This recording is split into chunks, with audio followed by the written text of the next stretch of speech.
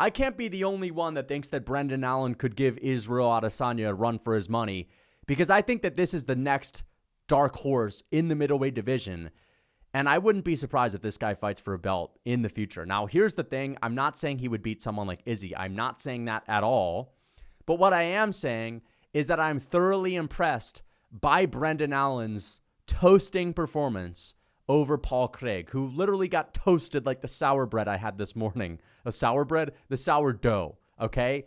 Paul Craig got turned into sourdough bread because he looked like absolute shit tonight, all right? Paul Craig, I had someone in my live chat saying, yo, wait, what is Paul Craig supposed to be good at again?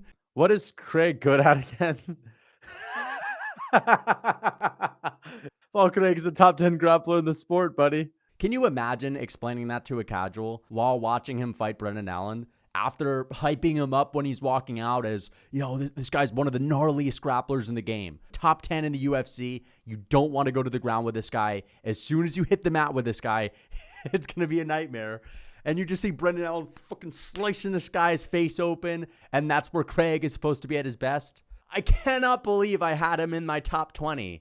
Wait, top 20. My top 10 for the best grapplers in MMA. Because I can't even say Brendan Allen's a top 10 grappler in MMA, and he just embarrassed Paul Craig on the ground. And it was so bad to the point to where my chat and I had to start saying that Paul Craig was letting Brendan Allen beat him up, a crafty veteran move for Paul Craig to get his ass kicked early. This is right where he wants to be. He wants to give Brendan Allen a false sense of security. Paul Craig got fucking butchered down there, all right? The unbelievable mastermind on the ground, Paul Craig. And it just goes to show how shitty Andre Muniz is. Andre Muniz, bro. I know Brendan Allen choked him out too. But I remember Dan Hardy back in the day was saying things like, I just can't wait to see Andre Muniz tangle up with Izzy, right? Like that was the big test for Izzy. Izzy was beating Whitaker and Paulo Costa. And Dan Hardy was saying, but Muniz, I think that's the type of guy that's going to test him. And it just so happens that Brendan Allen is now the true dark horse of the middleweight division. Every single moment in the second and third round in which he was standing on the feet with Paul Craig, he was rocking him badly early on. And that's ultimately why I thought he was going to win the fight to begin with. I thought that the big difference was going to be the striking, which it proved to be. But I did not see him dominating that much on the ground. And we have to talk about it because this guy is one of the more impressive grapplers at 185. And now in the 185-pound division, there are a lot of impressive grapplers, but it's not even that he just submitted Paul Craig, as we've seen Jimmy Crute submit Paul Craig. He dominated Paul Craig in every single moment outside of that first round on the ground. And he even kind of got the better of Paul Craig in the first round. He whooped him in the second, sliced his face open with elbows, hit him with good ground and pound shots, threatened submissions left and right. And as I said, what is Paul Craig supposed to be good at again? Because he looked absolutely pathetic on the ground, man. And I think it might be time for him to hang it up.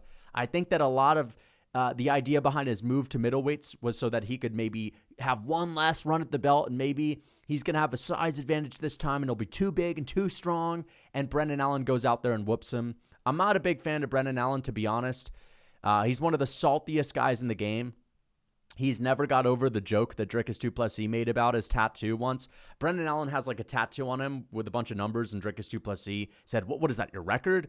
And he's held a grudge ever since. And he also had the saltiest crew around him. Brendan Allen's corner was the salty brigade. All right, he had bitter Jamal Hill and bitter Joe Pyfer. Two of the saltiest guys in the game. I'm a fan of Jamal Hill. I'm a fan of Joe Pyfer. But I feel like every single one of those guys always has an attitude. So I'm not the biggest fan of Brendan Allen. He rubs me the wrong way, but man, can he grapple. And what I'm thinking about now is if this guy can freaking dismantle Paul Craig in the way that he did and submit Andre Muniz, even though Muniz is not that special, and he's starting to get better hands, right? He's coming off of a great win over Bruno Silva, knocked down. Oh, no, he didn't knock him out. He knocked him down and then subbed him. He's finishing people left and right. His grappling is looking next level. What would this guy do if he were to take down Jared Cannonier? What would this guy do to Izzy if he were to get him down? Now, I'm not saying he beats Izzy, but this is a guy that's ever improving. His hands are getting a little bit better. He's getting more confident. His grappling is stepping up big time. He's starting to dominate someone in Paul Craig, who we all respect as a high-level grappler. And not only dominate him, but just beat him up too badly, cut his face open, sub him, put him in horrible positions left and right. I don't think he beats Whitaker. That's someone I do not see him beating. Someone asked me, how do you see him faring against the top 5 guys? So this is kind of why I'm bringing these people up. Whitaker, in my opinion, would stuff the takedowns, probably get the better of Brendan Allen on the feet, although that chin is a little bit suspicious. And then who are some other people in the top 5? Duplessis would probably smoke him, to be honest. Who else are we talking about? There's not that many guys in that top 5, but I think that if you were to take down Izzy, what the hell would Adesanya do about it? And I know a lot of you guys are going to freak out when I say that and say, oh, you just don't like Izzy. But again, if we're looking at people that Brendan Allen could beat, there are a couple of them. Izzy could stuff the takedowns and whoop this guy's ass on the feet and kick him at range and pitter-pat around for 25 minutes. Totally understandable. But when's the last time Izzy just knocked someone out? Oh, do I sound dumb? Alex Pereira. Okay. But to be fair, we have a lot of instances where Adesanya is facing a guy that can grapple and he tends not to open himself up as much on the feet, and it tends to be a boring fight. And let's be honest, Marvin Vettori took Adesanya down, took his back, and Marvin Vettori is nowhere near the level of Brendan Allen on the ground. Who else tried to take Izzy down? Sean Strickland didn't try. Robert Whitaker, we know Whitaker has literally no submission game, no ability to control people for long periods of time, and cannot hurt anyone to save his life on the ground either. Whitaker has good takedowns, but that's about it. Like, who is Izzy fought that actually has a nasty ground game, to be honest? Derek Brunson, that's the only guy, and he knocked him out. But Derek Brunson's sloppy as hell on the feet. And I think Brendan Allen's a better grappler than Derek Brunson. So I have high hopes for Brendan Allen. This is really a coming out performance because, beating Bruno Silva and Andre Muniz is nice, but it's just not as good as beating someone like Paul Craig in the way that he beat him, which is totally dominating Paul Craig in the second and third round on the ground. I think that this guy has a great future in front of him, great potential. If his striking continues to improve, I don't know how old he is. I think he's like 27, 28. If his striking continues to improve, I think that this guy will be fighting for a belt at some point in time. But another fight that I wanted to talk about was Chase Hooper. We got to talk about this, and Jordan Leavitt, right? The people's main event. Because let's be honest, this card absolutely sucked. But this was a hyped up fight. It really was. And I know people look at Chase Hooper as a bit of a meme, but he just went out there and made Jordan Leavitt look like easy work on the ground. Now, I know there were some interesting grappling exchanges early, but I'm kind of shocked at how many people I saw picking Jordan Leavitt to beat Chase Hooper. Chase Hooper, he's best on the ground. I've always been thoroughly impressed with his jiu-jitsu game, with his reversals, his scrambles, his ability to reverse positions when he's in a horrible spot, and he's very flexible with his legs, and he's spindly. This guy thoroughly impresses me every single time I see him on the ground. He's got a nasty submission game, and people were picking Jordan Leavitt because he's also bigger and stronger. He looked like he had about 10 pounds on Chase Hooper in there, to be honest. I thought that if this fight was going to be a stand-up battle, Chase Hooper's got better hands. People clown him for his striking, but he's up against Jordan Leavitt, and he's coming off of that magnificent performance where he broke a significant strike record for 3-rounders at 155 pounds. He put on a ridiculous pace. His chin seems to be better, and he goes out there and submits Jordan Leavitt. I don't understand why so many people were picking Jordan Leavitt. He's not that good.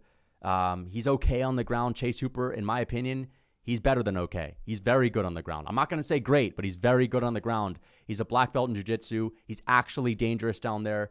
His awareness is next level. His ability to get into good positions is next level. And I know that this might sound crazy, but if this guy can improve his striking, right? Because he's still a little bit green on the feet. He's not that athletic. He's not fast twitch, but he seems to have a better chin at 55 if you were to have watched his last fight. His cardio seems to be a lot better at 155 as well. If this guy can continue to grow into the 155-pound frame and work on his striking, he will in the future be ranked. And he will be a nightmare to deal with when people go to the ground with him in the future. Because imagine how good this guy's going to be on the ground when he's 29, 30 years old, all right, in like 6 years. He's going to be next level. So I have high hopes for Chase Hooper, and this was a really good win for him, right? Because he's subbed guys in the past, but subbing Jordan Leavitt, a guy that does have really decent grappling, not great, is a really good win to have, okay? Another prospect that was hyped up that was on this card was Michael Morales. We got to talk about him too. against Jake Matthews. I think it's time to cut Jake Matthews. And I think a lot of you guys will agree with that because he's been in the UFC forever. He was one of the guys that came into the UFC at a really young age, and he had a lot of hype behind him when he first started fighting in the UFC. But the Jake Matthews experiment is over, man. It's done, okay? If you're losing to a young 24-year-old Michael Morales and you're only beating complete no-names and every single time you take a step up in competition, you lose. I know he's schooled Andre Fialho. That was a star-aligning moment for Jake Matthews, though. Like, he's never been able to recreate that type of performance. He got knocked out in his very next fight. I really think that Jake Matthews should get cut. Like, he just had one of the most boring fights I've ever seen. And I know a lot of that is because Michael Morales made him look that way. But Michael Morales also had a boring-ass fight. And I just don't understand the point of keeping this guy around. I know that sounds harsh, but at this point, man, the UFC's been investing into this guy forever. He's just never going to be good. He's never going to be ranked, bro. He's never going to be high up there. Like, we've given him every single chance. Michael Morales, I think we can avoid to let this stinker go past us just because every once in a while you're new in your UFC career. You have to get the rounds of experience under your belt. But Michael Morales also had a shit performance. I mean, that was one of the worst fights I've seen all year. Just nothing but hitting each other's hands and elbows, hitting each other on the guard the whole time. That fight totally sucked. And that was kind of the story of this card. Boring fight after boring fight. We saw a couple of interesting ones. Like, we saw the debut of this, I totally forget what his name was, Uros Medic, another one, getting grapple fucked by Urulbai, all right? Even though he got submitted, and this guy Urulbai, who I'd never seen fight before tonight, who apparently had some hype going into this in his UFC debut because he was filling in for Johnny Parsons, another guy that has a wild style, completely different style. Uros Medic was tagging him up early, and then Urulbai gets a hold of him and just ragdolls him, puts a pace on him, breaks him, and subs him in the second round. The reason why that fight sucked, too, is because it was boring as hell up until the finish, and that was every single fight on this card. Amanda Ribas versus whoever the hell she was fighting. The fight sucked up until the finish. No matter how crazy of a third round you can have, no matter how crazy of a final minute you can have in a fight, if the fight sucks for the majority of time, if it sucks for like 10 minutes, that sets the tone and it kind of ruins it altogether. So one of the worst fight cards I've seen in a long time, and I'm really not exaggerating. A lot of people will say, man, this fight card sucks. One of the worst ones of the year, right? And usually I push back and I say, well, we've had some shitty ones, right? This is the worst fight card we've seen this year. And it's not even close, okay? It's not like we got an amazing scrap in the main event either. It was a grapple fest with a couple of elbows in the mix. So shout out to Brendan Allen. I think he could give Izzy a tough time. I think he could give Izzy a run for his money. I'm not saying he beats him, but if he takes Izzy down, you already know. Until next time.